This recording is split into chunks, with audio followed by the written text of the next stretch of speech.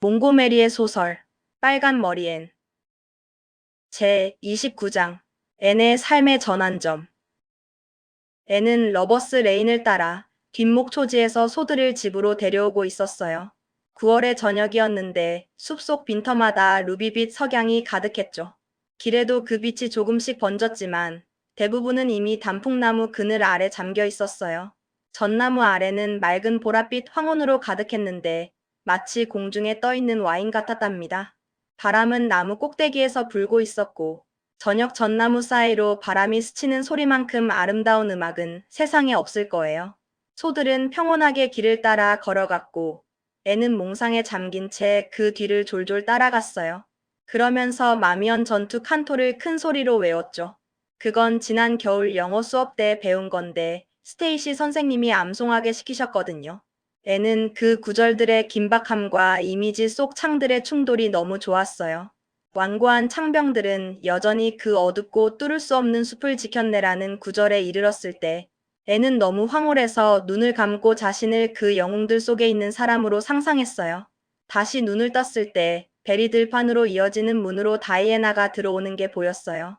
애는 딱 보니 좋은 소식이 있을 거라는 걸 직감했지만 너무 티 내고 싶진 않았죠. 오늘 저녁 정말 보랏빛 꿈 같지 않니? 다이애나? 살아있다는 게 정말 기뻐. 아침에는 항상 아침이 최고라고 생각했는데 저녁이 되면 훨씬 더 아름답게 느껴져. 정말 멋진 저녁이야. 다이애나가 말하며 하지만 앤 정말 좋은 소식이 있어. 맞춰봐. 3번 기회 줄게. 샬럿 길리스가 드디어 교회에서 결혼하고 앨런 부인이 우리가 장식해주길 바란다는 거지. 앤이 소리쳤어요. 아니야. 샬럿 약혼자가 그걸 싫어해.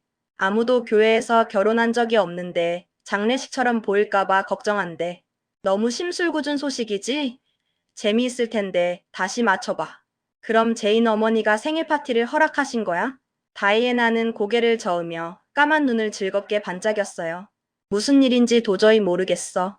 애니 절망하며 말했죠. 혹시 어제 기도회에서 무디 스퍼전 맥퍼슨이 너를 집까지 데려다 준 거야? 그랬어? 말도 안 돼. 다이애나가 발끈하며 소리쳤어요.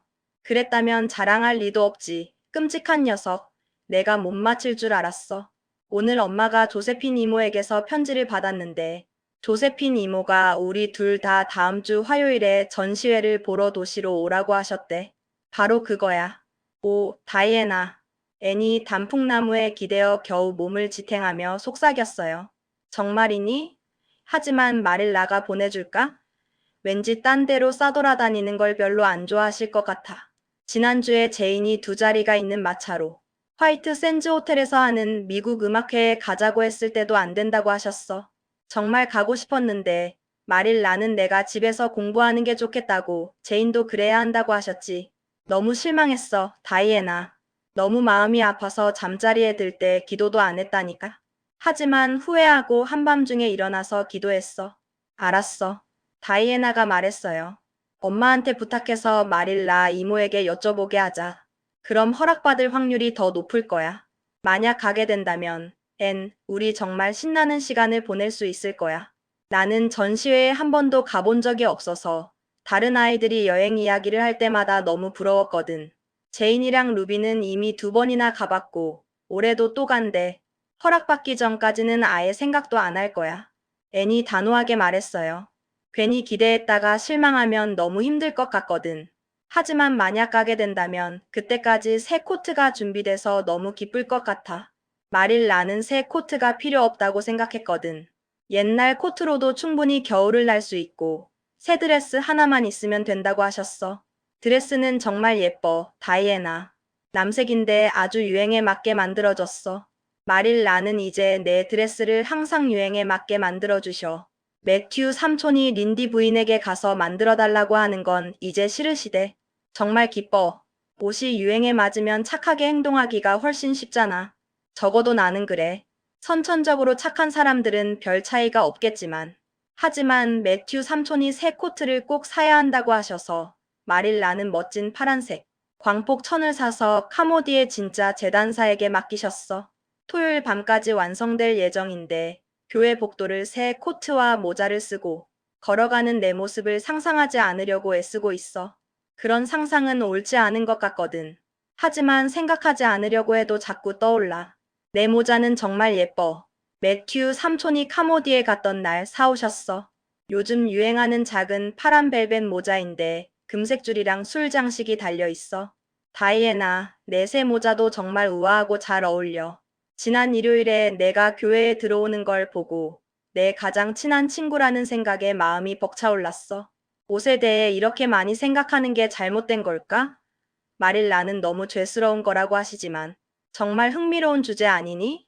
말일 나는 애니 도시로 가는 걸 허락했고 다음 주 화요일에 베리 씨가 두 소녀를 데려가기로 했어요. 샬럿타운은 30마일이나 떨어져 있었고 베리 씨는 당일에 돌아오고 싶어 했기 때문에 아주 일찍 출발해야 했죠. 하지만 애는 모든 게 다 좋았고 화요일 아침 해가 뜨기도 전에 일어났어요. 창밖을 보니 날씨도 좋았는데 해골숲 전나무 뒤쪽 동쪽 하늘이 은빛으로 맑게 빛나고 있었거든요. 나무 사이로 오차드 슬로프 서쪽 박공의 불빛이 비치는 걸 보니 다이애나도 일어났나 봐요. 애는 매튜 삼촌이 불을 지피고 아침 식사를 준비하는 동안 옷을 다 입었지만 너무 신이 나서 밥은 잘 안 넘어갔어요. 아침을 먹고 새 모자와 재킷을 입은 애는 시냇물을 건너 전나무 숲을 지나 오차드 슬로프로 달려갔어요. 베리 씨와 다이애나가 기다리고 있었고 곧 출발했답니다. 길고 긴 여정이었지만 앤과 다이애나는 매 순간이 즐거웠어요. 잘린 수확지 위로 붉은 햇살이 쏟아지는 길을 덜컹거리며 달리는 것도 좋았고요. 공기는 신선하고 상쾌했고 작은 푸른 안개가 골짜기를 타고 올라와 산에서 흩어졌어요. 때로는 단풍나무가 붉은 깃발을 휘날리는 숲을 지나기도 하고 때로는 애니 반쯤은 즐겁고 반쯤은 무서워하는 다리를 건너 강을 건너기도 했어요. 또 때로는 항구의 하늘 따라 회색 낚시 오두막들을 지나기도 했죠. 언덕을 올라 멀리 굽이치는 평야와 안개 낀 푸른 하늘을 바라볼 때도 있었고요. 어딜 가든 이야기 나눌 거리가 끊이지 않았어요. 거의 정오가 다 돼서 그들은 도시에 도착했고 비치우드라는 곳으로 향했어요. 오래된 저택이었는데 거리는 꽤 멀리 떨어져 있었고 푸른 느릅나무와 커다란 너도밤나무 사이에 숨겨져 있었죠.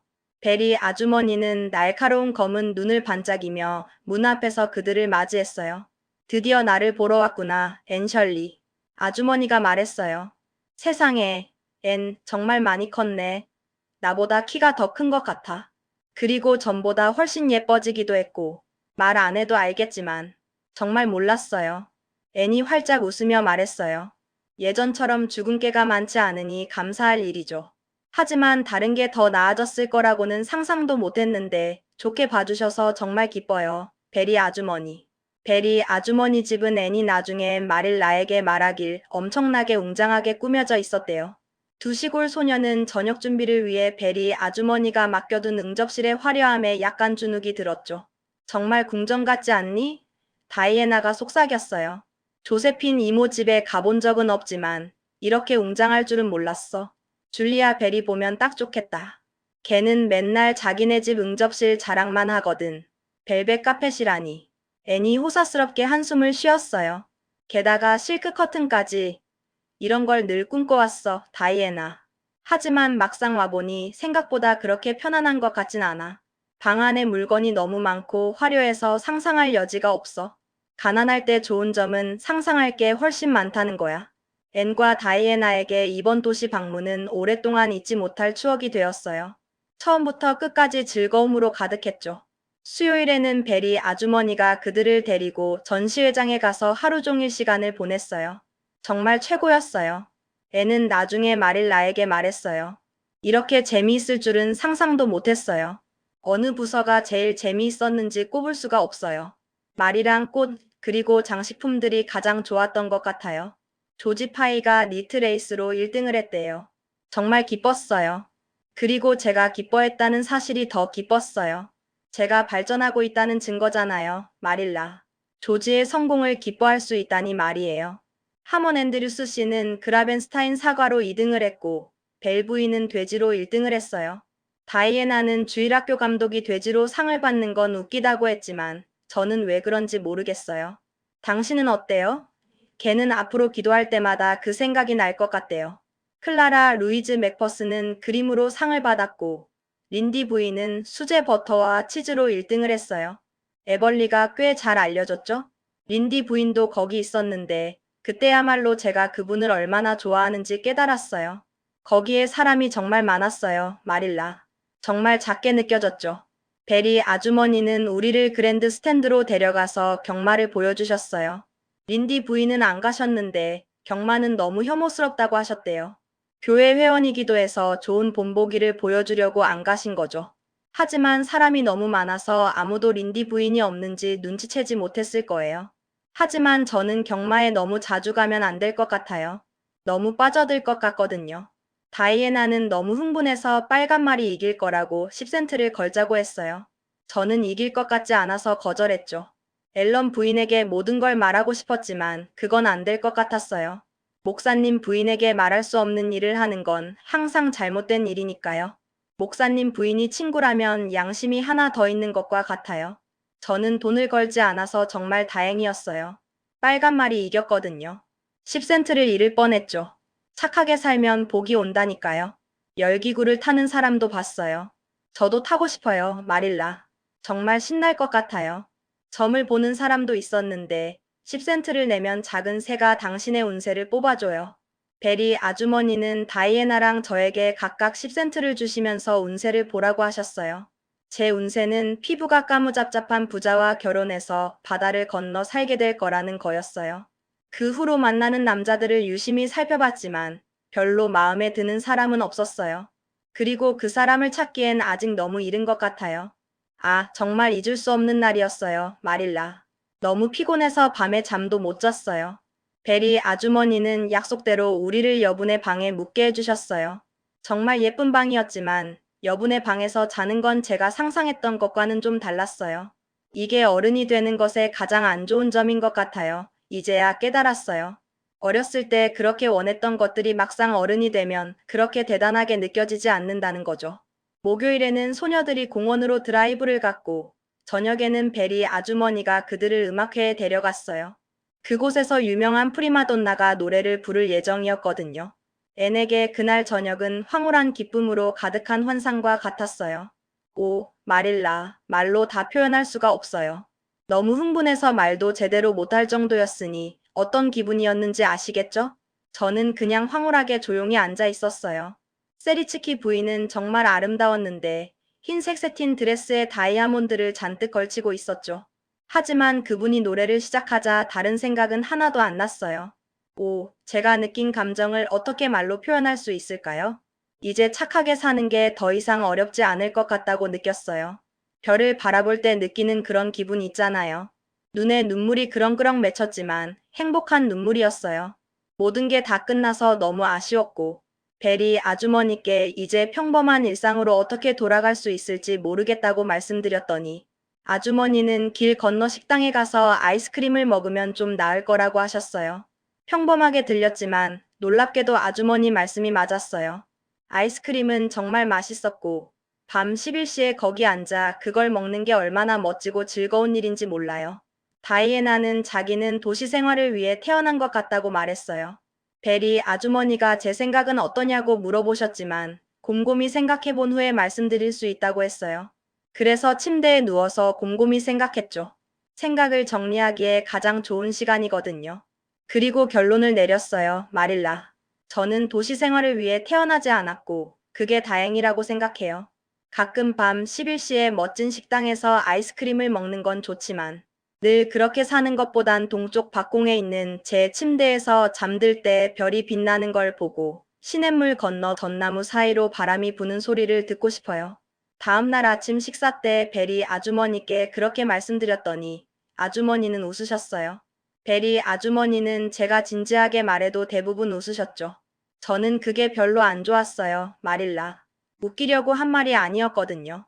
하지만 아주머니는 정말 친절한 분이셨고, 우리를 아주 잘 챙겨주셨어요. 금요일, 드디어 집으로 돌아갈 시간이 되었고, 베리 씨가 소녀들을 데리러 왔어요. 즐거운 시간 보냈길 바란다. 베리 아주머니가 작별 인사를 건넸어요. 정말 좋았어요. 다이애나가 말했어요.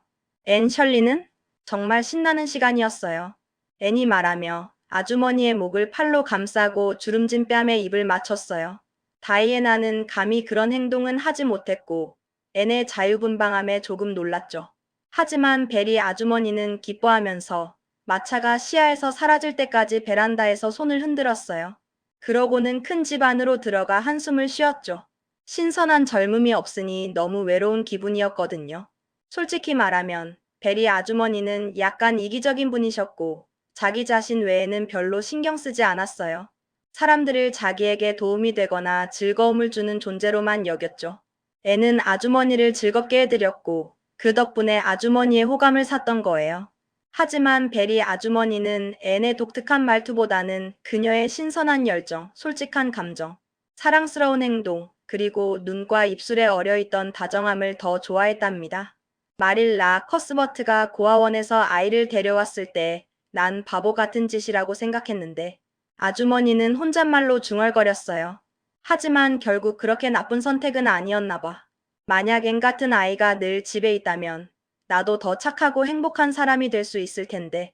앤과 다이애나는 집으로 돌아오는 드라이브가 공원으로 갔을 때만큼 즐거웠어요.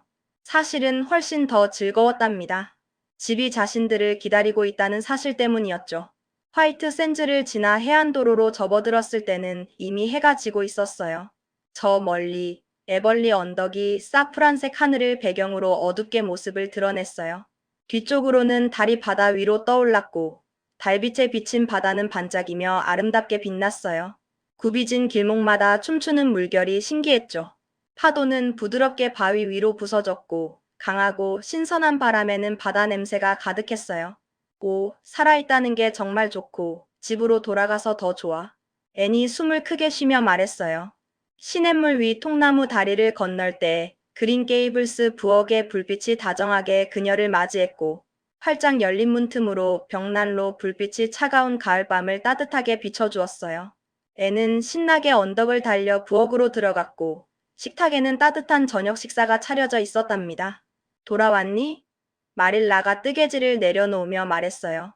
네, 돌아오니 정말 좋아요. 애니 기뻐서 소리쳤어요. 모든 것에 뽀뽀하고 싶을 정도예요. 시계에까지요. 마릴라, 구운 닭이네요. 정말 저를 위해서 요리하신 거예요? 그래, 내가 드라이브 후에 배가 고플 것 같아서 맛있는 걸 먹여주고 싶었거든. 어서 옷을 갈아입고 매튜 삼촌이 들어오면 바로 저녁을 먹자. 돌아와서 기쁘다. 내가 없으니 너무 외로웠고 이렇게 하루가 길게 느껴진 적은 처음이야. 저녁 식사 후 애는 매튜 삼촌과 마릴라 아주머니 사이에 앉아 도시에서 있었던 일들을 자세하게 이야기했어요. 정말 멋진 시간이었어요. 애니 행복하게 마무리 지으며 말했어요. 제 삶의 한 획을 긋는 경험이었던 것 같아요. 하지만 제일 좋았던 건 집으로 돌아오는 거였어요.